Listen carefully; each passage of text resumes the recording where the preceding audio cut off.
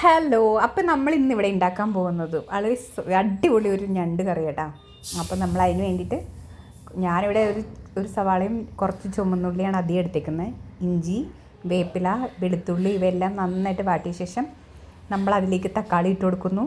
അതിന് ശേഷം നമുക്ക് വേണ്ട ഇൻഗ്രീഡിയൻസ് എന്താണെന്ന് വെച്ചാൽ മഞ്ഞൾപ്പൊടി, മുളക് പൊടി, മല്ലിപ്പൊടി, ഗരം മസാല, ഇത് ഇത്രയും ചേർത്ത് കൊടുത്തു നല്ല ഉപ്പിട്ടിട്ട് ശേഷം ഇതിലേക്ക് നമ്മൾ എടുത്തു വെച്ച ഞണ്ട് ഇട്ട് കൊടുക്കാം.